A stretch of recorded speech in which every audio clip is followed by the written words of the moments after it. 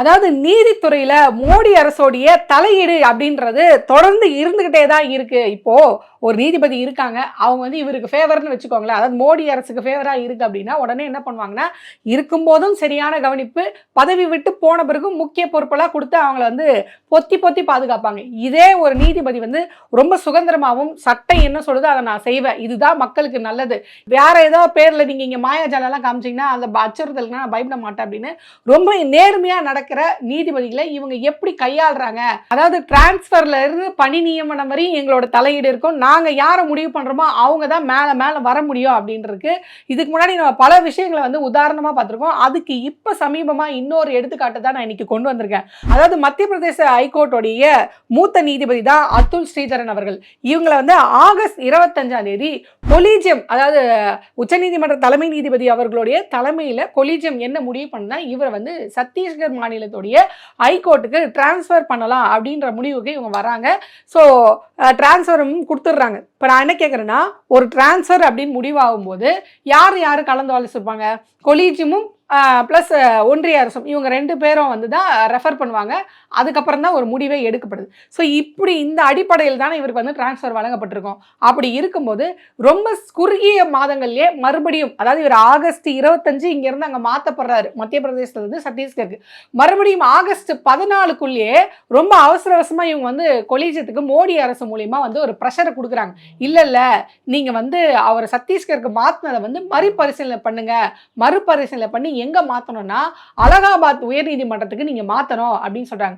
அதாவது கிட்டத்தட்ட 10 மாசத்துல 3 கோர்ட்டுக்கு இவரை தொடர்ந்து ஏன் இவங்க மாத்திட்டே இருக்காங்க, இவர் என்னென்ன மாதிரி நடவடிக்கை எடுத்திருக்காங்க, எதனால மோடி அரசு இவ்வளவு தூரம் இவரை வந்து மாத்துறது, அதாவது இங்க இருந்து இன்னொரு கோர்ட்டு, இன்னொரு கோர்ட்ல இருந்து இன்னொரு கோர்ட்டுன்னு மாத்துறதுல இவ்வளவு மும்முறை காட்டுறாங்க. அப்ப இவர் மோடி அரசுக்கு எந்த வகையில எல்லாம் குறைச்சலா இருந்திருக்காரு, அதனால இவர் மேல இந்த நடவடிக்கை எல்லாம் எடுக்கப்பட்டிருக்கு அப்படின்னு நம்ம வந்து விரிவா பார்த்தோம்னா புரியும். பொதுவா ஒரு நீதிபதியை ஒரு நீதிமன்றத்துல இருந்து இன்னொரு நீதிமன்றத்துக்கு மாற்றம் பண்ணும்போது, டிரான்ஸ்ஃபர் பண்ணும்போது அதுக்கான ரீசனை வந்து சொல்லுவாங்க. ஆனா இவருக்கு இப்ப சமீபமா இந்த சத்தீஸ்கர்ல இருந்து அலகாபாத் நீதிமன்றத்துக்கு மாத்தினாங்க பாத்தீங்களா, தான் ஏன் மாற்றப்பட்டோம், எதனால இந்த அவசரமான பணியிட மாற்றம் அப்படின்ற எந்த ரீசனுமே இதுவரைக்கும் கொலீஜியம் தரப்புல இருந்தும் சரி, அரசு தரப்புல இருந்தும் சரி, இதுவரைக்கும் எந்த முறையான விளக்கமும் அவங்களுக்கு கொடுக்கப்படல. அப்போ ஒரு நீதிபதிக்கே இந்த நிலைமை, நம்ம ஏன் மாற்றப்படுறோம், எதுக்கு மாற்றப்படுறோம், இதனால நம்மளுக்கு எவ்வளோ பெரிய பாதிப்பு இருக்கு, இதெல்லாம் ஏன் வந்து இவங்களுக்கு புரிய மாட்டேங்குது, நம்மளை இந்த மாதிரி நியமனம் பண்றவங்களுக்கு ஏன் இதெல்லாம் புரிய மாட்டேங்குது அப்படின்ற கேள்வி அவருக்கு மட்டும் இல்லை, இந்த விஷயத்தை பார்க்கும்போது இவருக்கு பின்னாடி இருக்கிறவங்களுக்கு, நாளைக்கு அந்த இடத்துக்கு போகணும்னு ஆசைப்படுறாங்க இல்லையா, உண்மையா உழைச்சிட்டு இருக்காங்க இல்லையா, சட்டத்தை சரியா ஃபாலோ பண்றாங்க இல்லையா, அவங்களுக்கெல்லாம் கொடுக்குற ஒரு எச்சரிக்கை மாதிரி தான் இருக்கு. நாளைக்கு நம்மளும் நேர்மையா இருந்தா நம்மளுக்கும் இந்த நிலைமை தான், ஏன் எதுக்குன்னே தெரியாமல நம்ம தூக்கி அடிப்பாங்க அப்படின்ற மெசேஜை மோடி அரசு கொடுக்குது அப்படின்னு தான் சொல்லணும். நீதிபதி அதுல் ஸ்ரீதரன் அவர்கள் வந்து மத்திய பிரதேச ஹைகோர்ட்ல கூடுதல் நீதிபதியா இருந்தாரு. பிற்பாடு இவர் வந்து அதே ஹைகோர்ட்ல வந்து மூத்த நீதிபதியாக வந்து பதவி உயர்வு பெறாரு. அது மட்டும் இல்லாம இவர் வந்து ஹைகோர்ட்டோடைய கல்லூரி இருக்கு பாத்தீங்களா, இதுல வந்து இவர் உறுப்பினரா இருக்காரு. ஸோ இவ்வளோ பவர்ல இருக்கும்போது இவங்களுக்கு சில பொறுப்புகள் இருக்கும். என்னன்னா, இப்போ ஹைகோர்ட்ல மூத்த இதில் இருக்கிறதுனால அந்த ஹைகோர்ட்ல பதவி நியமனம் பண்றது, டிரான்ஸ்ஃபர் பண்ணுறது, இப்போ எப்படி உச்ச நீதிமன்றத்தில் இருக்க கொலீஜியம் வந்து ஹைகோர்ட்ல இருக்கவங்களை வந்து டிசைட் பண்ணுது இல்லையா, இவங்களை வந்து இங்க ப்ரொமோட் பண்ணுங்க அப்படின்ற மாதிரி, இந்த மாதிரி உயர் நீதிமன்றத்தில் இருக்க கொலீஜியம் வந்து அவங்களுக்கு கீழே இருக்கவங்களை வந்து சொல்லுவாங்க, இவங்களை வந்து ரெக்கமெண்ட் பண்ணுவாங்க, இவங்களை இந்த நீதிமன்றத்துக்கு ப்ரொமோட் பண்ணலாம், இங்கே டிரான்ஸ்ஃபர் பண்ணலாம் அப்படின்னு. ஸோ அந்த இடத்துக்குள்ள இருந்தார் இவர். அந்த மாதிரியான ஒரு ஹையர் பொசிஷனில் இருந்தவரை என்ன பண்ணுறாங்க அப்படின்னு பார்த்தீங்கன்னா, திடீர்னு சத்தீஸ்கருக்கு வந்து இவங்க டிரான்ஸ்ஃபர் பண்ணுறாங்க. அப்படி சத்தீஸ்கருக்கு டிரான்ஸ்ஃபர் பண்ணும்போது இவர் வந்து ரேங்க் 3 பொசிஷன்ஸில் இருக்கார்.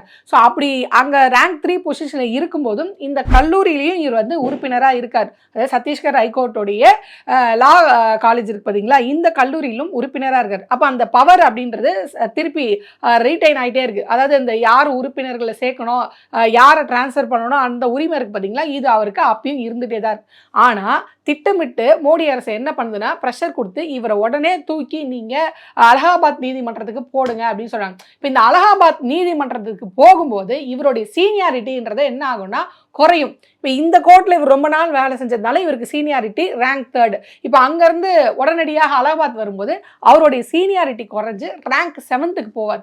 ஸோ திட்டமிட்டே இவருடைய சீனியாரிட்டியை இவங்க வந்து குறைக்கிறதுனால அடுத்த ஹையர் பொசிஷனுக்கு இவரை போகாம எவ்வளோ கரெக்டா பிளான் பண்ணி இவங்க செய்யறாங்க அப்படின்னு. சரி, அப்படி செய்ய வேண்டிய அவசியம் என்ன? மோடி அரசுக்கு இந்த நீதிபதியை இப்படி திட்டமிட்டு அவருடைய சீனியாரிட்டியை குறைக்க வேண்டிய அவசியம் என்ன அப்படின்னு பார்த்தா, அவருடைய ஜட்ஜ்மெண்டல்ஸ் அவர் முன் வந்து என்னென்ன மாதிரி எடுத்திருக்காரு, அவர் எவ்வளவு சுதந்திரமா வந்து செயல்பட்டிருக்காரு, சட்டத்தை எப்படி சரியா மதிச்சிருக்காரு அப்படின்னு பார்க்கும்போதே ஏன் மோடி அரசு இப்படி நடந்துக்குது அப்படின்னு நம்மளுக்கு தெரியும். உதாரணத்துக்கு ஆபரேஷன் சிந்தூர் நடந்துச்சு பாத்தீங்களா, அப்ப 2 பெண் கர்னல்ஸ் தான் அதை வந்து முன்னெடுத்து நடத்திட்டு போனாங்க. நானே ரொம்ப பெருமைப்பட்டுச்சு, ஒரு 2 பெண்களோட தலைமையில இவ்வளவு பெரிய ஆபரேஷன் சிந்தூரை வந்து ரொம்ப வெற்றிகரமா செஞ்சிருக்காங்க. ஆனா பாஜகவை சேர்ந்த அமைச்சர் விஜய் ஷா இவர் என்ன பண்றாருன்னா, ரொம்ப கேவலமா மட்டமா ஒரு கருத்தை வந்து அவர் சொல்றாரு. இந்த நாட்டுடைய கர்னல் அவங்களை குறை சொல்றது அப்படின்றது ஒட்டுமொத்த இந்தியாவே குறை சொல்ற மாதிரி. அவங்கள பார்த்து இவர் என்ன சொல்றாருன்னா, உங்களுடைய சகோதரிகளை, அதாவது பாகிஸ்தானை பார்த்து அவர் சொல்றாரு, உங்களுடைய சகோதரிகளை வைத்தே உங்களை நாங்கள் அழித்தோம். அப்ப என்ன சொல்ல வராரு, இந்த நாட்டுடைய கர்னலை பயங்கரவாதிகளுடைய சகோதரி அப்படின்னு ரொம்ப மோசமான முறையில கொச்சப்படுத்தினார். அந்த கருத்து இந்தியா பூரா மிகப்பெரிய அதிர்வலை ஏற்படுத்துச்சு. நம்ம நாட்டோடைய கர்னலை பார்த்து பாஜகவுடைய அமைச்சர் இவ்வளவு மோசமான ஒரு கருத்தை தெரிவிக்கிறாரு. அப்படி இருக்கும்போது எப்படி இந்த அரசு சும்மா இருக்கு அப்படின்னு மத்திய பிரதேசத்துடைய உயர்நீதிமன்றத்துடைய நீதிபதியாக இருந்த ஜஸ்டிஸ் அத்துல் ஸ்ரீதரன் வந்து அவர் ஒரு கருத்தை வந்து முன்வைக்கிறார். அந்த கர்னல் இருக்காங்க இல்லையா, சோஃபியா குரேஷி, இவங்க யாரும் இல்ல, ஒரு இஸ்லாமிய மதத்தை சார்ந்த பெண். சோ ஒரு இஸ்லாமிய மதத்தை சார்ந்த பெண்ணுன்ற ஒரே காரணத்துக்காக பயங்கரவாதிகளுடைய சகோதரி அப்படின்னு நீங்க பேசுறது ஒட்டுமொத்த நாட்டுடைய இறையாண்மையை நீங்க கொச்சப்படுத்துற மாதிரி இருக்கு அப்படின்னு இவர் என்ன பண்றாருன்னா, போலீஸை பார்த்து நீங்க எஃப்ஐஆர் ஃபைல் பண்றீங்களா இல்ல நானா முன் வந்து எஃப்ஐஆர் ஃபைல் பண்ணட்டுமா, உங்களுக்கு இத்தனை மணி நேரம் டைம் தரேன், அத்தனை மணி நேரம் டைமுக்குள்ள நீங்க இதை செஞ்சு ஆகணும் அப்படின்னு தானாகவே நீதிமன்றம் முன் வந்து சுமோட்டோ வழக்கு போச்சு. ஆனா மத்திய அரசு, அதாவது ஒன்றிய பாஜக அரசு என்ன பண்ணுச்சு தெரியுமா, உச்ச நீதிமன்றத்தை வந்து தலையிட வச்சு இல்ல மன்னிப்பு மட்டும் கேட்டா போதும் அப்படின்னு அவர் மேல போடப்பட்டிருந்த எஃப்ஐஆரை கேன்சல் பண்ணி அவர் ரொம்ப சாதாரணமா வந்து இல்ல நான் தெரியாம சொல்லிட்டேன் மன்னிச்சிருங்க அப்படின்ட்டார். அப்போ பாஜக கட்சியோட அமைச்சராகவே இருந்தாலும் இந்த நாட்டோடைய கர்னலியா அவர் ரொம்ப மோசமா பேசினாலும் அவர் வெறும் மன்னிப்பு கேட்டா போதும். இதே மற்றவங்களா இருந்தா ஐயோ மோடி இப்படி பேசிட்டாங்க, நாட்டோடைய இறையாண்மைக்கு எதிராக பேசிட்டாங்க, நீங்க வந்து நாட்டோடைய அமைதியை குலைக்கிற மாதிரி பேசிட்டீங்க அப்படின்னு ஏமாந்தவங்க யாருன்னா கிடைச்சா தூக்கி ஜெயில போறது. அதே உங்க அமைச்சரா இருந்தா ஒன்னும் இல்ல, இவங்க பெரிய லாண்ட்ரி வச்சிருக்காங்க பாத்தீங்களா, அதுல ஊழல் முற்றல இதெல்லாமும் அடங்கும் அப்படின்னு தான் நம்ம சொல்லணும். இதே மாதிரி இன்னொரு இதையும் நம்ம வந்து எடுத்துக்காட்டா நம்ம பார்க்கலாம். யூடியூப்ல ரொம்ப வைரலா போன ஒரு வீடியோ என்ன அப்படின்னு பாத்தீங்கன்னா, ஒரு பிற்படுத்தப்பட்ட சமூகத்தை சேர்ந்த ஒரு இளைஞரை என்ன பண்றாங்க, கோயிலுக்குள்ள ஒரு பிராமணருடைய காலை வந்து கழுவ வச்சு அந்த தண்ணி நீ குடிச்சுதான் ஆகணும் அப்படின்னு வந்து நிர்பந்தப்படுத்துறாங்க.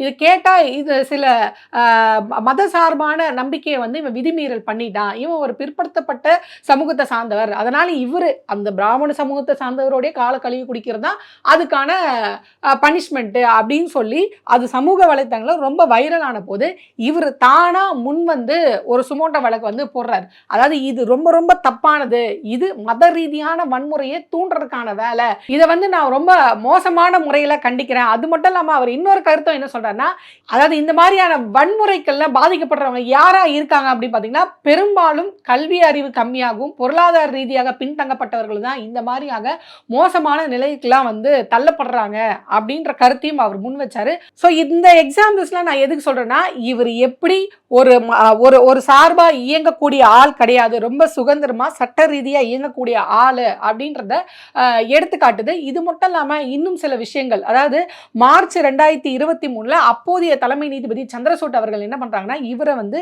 ஜம்மு அண்ட் காஷ்மீர் மற்றும் லடாக் உடைய உயர் நீதிமன்றத்துக்கு நீதிபதியா இவரை வந்து டிரான்ஸ்ஃபர் பண்றாங்க. அப்போவாது குறைஞ்சபட்சம் ஒரு ரீசன் சொல்றாங்க. என்ன சொல்றாங்கன்னா, அவருடைய மகள், அதாவது இந்த ஜஸ்டிஸ் அத்துல் ஸ்ரீதரன் அவருடைய மூத்த மகளுடைய படிப்பு சம்பந்தமா எனக்கு வந்து டிரான்ஸ்ஃபர் தேவைப்படுது, அதனால நான் வந்து டிரான்ஸ்ஃபர் கேட்கறேன் அப்படின்னு அதுக்கான குறைஞ்சபட்ச விளக்கத்தையாவது அப்ப கொடுத்தாங்க, இப்ப அதுவும் கொடுக்கல. ஸோ அந்த விளக்கத்தின் அடிப்படையில் இவர் ஜம்மு அண்ட் காஷ்மீர் ஹைகோர்ட்டுக்கு வந்து அங்க டிரான்ஸ்ஃபர் ஆகி போறாரு. அங்க போனப்ப இவர் ரொம்ப அதிரடியான வேலைகள்லாம் அவர் பார்த்திருக்காரு அப்படின்னு தான் சொல்லணும். அதாவது அங்க என்ன பண்றாங்க அப்படின்னு பாத்தீங்கன்னா, ஜம்மு அண்ட் காஷ்மீர்ல இந்த பொது பாதுகாப்பு சட்டம் PSA மற்றும் சட்டவிரோத நடவடிக்கை தடுப்பு சட்டம் UAPA இந்த சட்டத்தை வச்சுக்கிட்டு அங்க இருக்கக்கூடிய இளைஞர்கள் மீது ஆதாரமற்ற வழக்குகள் பதிவு செய்யப்படுகிறது. அப்போ அந்த கோர்ட்டுக்கு அந்த ஹியரிங் வரும்போது இவங்க கேட்குறாங்க, இப்போ இந்த மாதிரி போட்டிருக்கீங்க, இந்த சட்டத்தின் கீழே உங்க மேல போட்டிருக்கீங்களா, ஆதாரத்தை கொடுங்க, நிரூபிங்க அப்படின்னு சொல்லும்போது எதுவுமே இல்லாம போகுது. ஸோ நிரூபிக்கவே படலை அப்படின்னா அப்போ அந்த குற்றம் சாட்டப்பட்ட நபர் மேல தப்பு இல்லைன்னு தானே அர்த்தமாகுது. ஸோ இப்படி இந்த சட்டத்தை நீங்க தப்பா பயன்படுத்துறீங்க அப்படின்னா அதை வந்து ரத்து பண்றாரு அவர். குறிப்பா 2019க்கு அப்புறம் ஆர்டிகல் 370 ரத்து பண்ணிட்டா ஜம்மு காஷ்மீர் மற்றும் லடாக்ல நிலைமை சீராயிடும் அப்படின்னு இவங்க ஒரு கட்டுக்கதை விட்டாங்க. ஆனா அது எந்த அளவுக்கு இப்போ மோசமா இருக்குன்னு நம்ம இப்போ கூட சமீபத்தில் பார்த்துட்டு இருந்தோம். ஸோ இது என்ன ஆகுதுன்னா இதுக்கப்புறம் அங்கே சட்டமன்றம்லாம் எதுவுமே கிடையாது, நேரடியாக ஒன்றிய அரசோட கட்டுப்பாட்டில் அது இருக்கு. ரொம்ப ஷார்ட்டாக சொல்லணும்னா அமித்ஷா அவர்களோட கட்டுப்பாட்டில் இருக்குன்னு வைங்களேன். அந்த மாதிரி போயிட்டு இருக்கு. இந்த சமயத்தில் ஜம்மு அண்ட் காஷ்மீரில் திட்டமிட்டு இந்த மாதிரி பல பேர் மேலே ஆதாரமற்ற இந்த மாதிரியான குற்றச்சாட்டுகள் வைக்கப்படுது. அதுக்கு இந்த சட்டங்களை தப்பா இவங்க பயன்படுத்துறாங்க அப்படின்ற கருத்தை ரொம்ப ஸ்ட்ராங்கா முன் வச்சாரு. ஸோ விஷயம் என்னன்னா, இப்போ ஜம்மு காஷ்மீர்ல இந்த மனுஷன் இந்த மாதிரி கெத்து காமிச்சிட்டாரு, இவரை கூட்டிட்டு போய் சத்தீஸ்கர்ல போட்டா அங்க நக்சலைடுகள் பிரச்சனை வேற ஓடிட்டு இருக்கு. அப்போ நம்மளுக்கு தீராத தலைவலி, இவரை ஹேண்டில் பண்ண முடியாது. ஸோ அங்கிருந்து தூக்கி இவர் அலகாபாத்ல போடு. ஸோ ஒரே கல்லுல 2 மாங்காய். ஒன்று என்னன்னா சத்தீஸ்கருக்கு வந்தா இவர் தோண்டிட்டு இருப்பாரு, ஏதாவது தேவையில்லாத விஷயம்லாம் தோண்டிட்டு இருப்பாரு, நம்ம தலை அங்கே உருணும். அதனால அந்த பிரச்சனைல இருந்து ரிலீஃப்.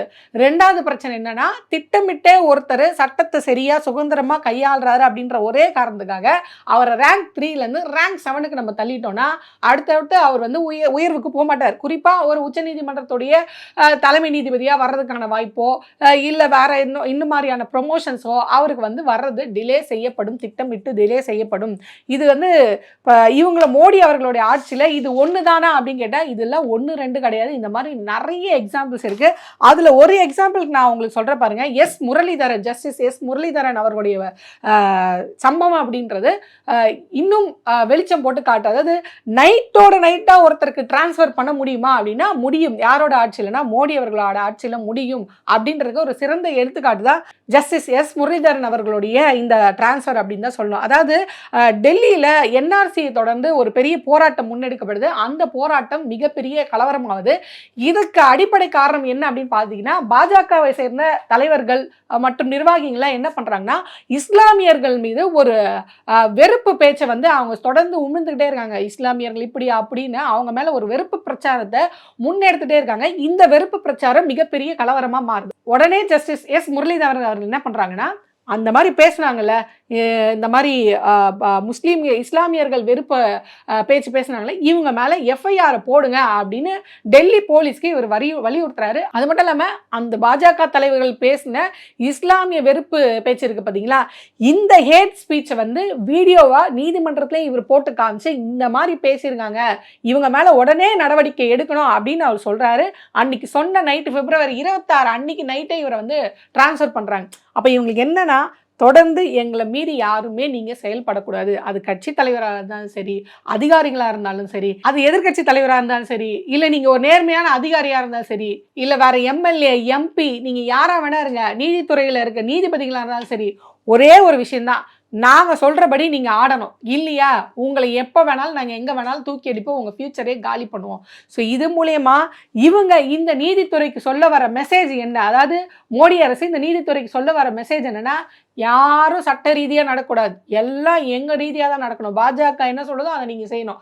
எங்கள் ஆட்சி இருக்க வைக்கிற நாங்கள் வைக்கிறதா சட்டம். அதாவது B.R. கவாய் அவர்கள் சொன்னார் பார்த்தீங்களா, சட்டத்தின் முன் அனைவரும் சமம், சட்டம் தான், அரசியலமைப்பு சட்டம் தான் எல்லாத்துக்கும் மேலானதுன்னு. அதெல்லாம் சும்மா அப்படின்ற மாதிரி தான் இவங்க நடந்துக்கிறாங்க. நாங்கள் தான் சட்டம், நாங்கள் வைக்கிறதா சட்டம் அப்படின்ற மாதிரி தான் மோடி அவர்களுடைய இந்த வேலை என்று இருக்கு. இப்போ இதை பார்த்து பின்வரவர்கள் இனி அடுத்து உச்சநீதிமன்றத்துடைய பணி நியமனம் எப்படி இருக்க போகுது, அப்போ நம்ம நேர்மையாக இருந்தால் நம்மளோட நிலைமையும் இந்த மாதிரி தான் இருக்கும் அப்படின்னா இனி வரப்போகிறவங்க யோசிக்க ஆரம்பிப்பாங்க. ஸோ இந்த மெசேஜை தான் பாஜக இந்த மாதிரியான டிரான்ஸ்ஃபர் மூலிமா, அதாவது என்ன காரணம் என்ன காரியம்லாம் சொல்ல மாட்டாங்க. அதாவது இவங்களுக்கு ஃபேவரான ஆளாக இருந்தால் அவங்க 70 ரேங்க்கு கீழே இருந்தால் கூட அவங்கள தூக்கிட்டு போய் நேரடியாக ப்ரமோஷன் கொடுத்துருவாங்க உச்சநீதிமன்றத்துடைய பணி நியமனத்திலே. இதுதான் ஜஸ்டிஸ் நாகரத்னா அவர்கள் கூட கேட்டாங்க. இவரை விட சீனியர் மோஸ்ட் எல்லாம் இருக்கும்போது இவருக்கு எதுக்கு நீங்க வந்து ப்ரமோஷன் கொடுத்து டிரான்ஸ்ஃபரோட ப்ரமோஷன் கொடுத்து இங்க கொண்டு வந்து நிறுத்துறீங்க? அப்ப இது ஒட்டுமொத்த கொலிஜியத்துடைய நேர்மையவே சந்தேகப்பட வைக்குது அப்படின்னு அன்னைக்கு அவங்க வந்து கேள்வி கேட்டாங்க. ஸோ நீதித்துறையில மோடி அரசுடைய தலையீடுன்றது ரொம்ப மோசமா இருக்கு. இது ஒட்டுமொத்த நீதிமன்றத்துடைய நம்பகத்தன்மையவே வந்து பாழாக்குது அப்படின்னு தான் சொல்லணும். ஸோ பொறுத்திருந்து பார்ப்போம் இந்த விஷயத்துல, அதாவது மோடி அரசுடைய இந்த தலையீடு இருக்கு பார்த்தீங்களா, அதிகார அத்துமீறல் இருக்கு பார்த்தீங்களா, இதை குறித்து உச்சநீதிமன்ற தலைமை நீதிபதி எந்த மாதிரியான ஒரு முடிவை எடுக்க போறாரு, இது தொடருமா இல்லை தடுத்து நிறுத்தப்படுமா அப்படின்னு பொறுத்து வந்து பார்ப்போம்.